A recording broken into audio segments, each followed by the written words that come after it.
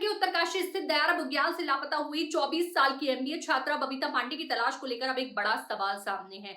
आखिर 42 दिनों तक लगातार चलाए गए सर्च ऑपरेशन को रोक दिया गया या फिर उसको लेकर कोई बात अपडेट कोई खबर सामने क्यों नहीं आ रही। 29 मई 2026 को गोई बेस कैंप से बबीता के अचानक लापता होने के बाद से ही पुलिस और प्रशासन की कई टीमें उनकी तलाश में जुटी हुई थी, लेकिन 42 दिन गुजर जाने के बाद भी बबीता का कोई भी ठोस सुराग नहीं मिला। आखिरकार 10 जुलाई को पूरे इलाके में चल रहे सर्च ऑपरेशन जिसके बाद कोई भी सूचना मिलनी बंद हो गई।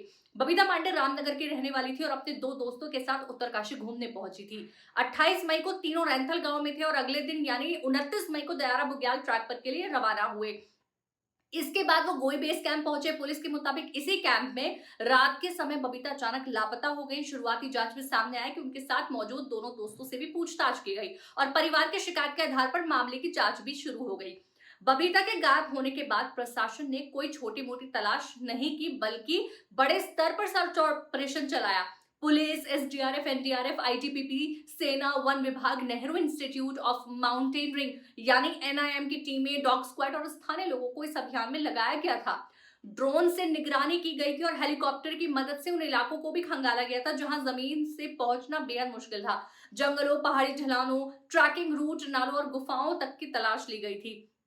सर्च ऑपरेशन के दौरान एक एक संभावित जगह को जांचने की कोशिश की गई। एक झील पर भी विशेष फोकस किया गया क्योंकि आशंका थी कि बबीता शायद वहां पहुंची है। एसडीआरएफ की डीप डाइव टीम को भी आधुनिक उपकरणों के साथ झील में उतारा गया था। बाद में आखिरी कोशिशों में भी इस झील को पूरी तरह खाली तक कराया गया था, लेकिन वहां से भी बबीता से जुड़ा कोई भी सुराग सामने नहीं आया। यानी जिस जगह से एक बड़ी उम्मीद थी वहां से भी तलाश बेनतीजा रही, कोई भी चीज सामने नहीं आई, यानी कि अब तक कोई सबूत सामने नहीं आया है। इसके बाद सर्च का जो दायरा है और बढ़ाया गया। जंगलों के उन हिस्सों को भी खंगाला गया जहां जंगली जानवरों की मौजूदगी की भी संभावना थी। टीमों ने संदिग्ध जगहों, पानी की टंकियों, जंगल की जांच की। जंगल के भीतर जो भी मौजूद अलग अलग स्थान है, चाहे वो भालू वाले गुफाओं, हर जगह जांच की। अधिकारियों ने सर्च ऑपरेशन को ज्यादा तकनीकी तरीके से भी आगे बढ़ाने की कोशिश की, लेकिन इतने बड़े स्तर पर भी अभियान चलाने के बावजूद बबीता पांडे उस लड़की का कुछ पता नहीं चला है। इस पूरे मामले में एक और गंभीर सवाल ट्रैकिंग परमिट को लेकर भी उठा है। जांच के दौरान सामने आया कि बबीता और इसके साथियों के साथ आधिकारिक एक्सप्लोर उत्तरकाशी पोर्टल पर वैध डिजिटल परमिट दर्ज नहीं था। अधिकारियों के मुताबिक कथित तौर पर फर्जी परमिट का इस्तेमाल किया गया था, जिसके बाद संबंधित ट्रैकिंग एजेंसी के खिलाफ भी कार्रवाई की गई। इस घटनाक्रम ने सवाल खड़ा कर दिया कि आखिर ट्रैकिंग के दौरान पर्यटकों की सही जानकारी और रिकॉर्डिंग की व्यवस्था कितनी मजबूत थी। अब सवाल आता है कि आखिर 42 दिन बाद सर्च ऑपरेशन रोकने की नौबत क्यों आई। उपलब्ध रिपोर्टों के मुताबिक इतने लंबे और व्यापक अभियान के बाद भी जंगल, पहाड़, नदी, झील और आसपास के इलाकों में बबीता का कोई भी सुराग नहीं मिला। यहां तक कि झील को खाली कराकर भी जांच की गई, लेकिन वहां से भी कुछ भी हासिल नहीं हुआ। ऐसे में प्रशासन ने उस इलाके में चल रही सक्रिय और व्यापक तलाशी को रोक दिया। ये तलाशी जो रोकी गई है वो पहाड़ों पर रोकी गई है, लेकिन उसके बाद जो तलाशी है वो आसपास के शहरों में, ऋषिकेश के अस्पतालों में शुरू हो गई थी। लेकिन उसके बाद से कोई भी अपडेट, जानकारी सामने नहीं आई है। लेकिन इस फैसले के बाद भी कई सवाल अब तक कायम है। अगर बबीता दुर्घटना का शिकार हुई तो उनका कोई सामान या अन्य कोई सुराग क्यों नहीं मिला। अगर वो खुद किसी रास्ते से गई तो इतने बड़े इलाके में तलाश के बावजूद उनकी कोई जानकारी सामने क्यों नहीं आई। और अगर इस मामले में कोई आधिकारिक एंगल है तो उस दिशा में जांच किस नतीजे तक पहुंची। इन सवालों का जवाब अभी भी सामने आना बाकी है। सबसे बड़ा सवाल यही है कि 29 मई की उस रात गोई बेस कैंप पर आखिर हुआ क्या था।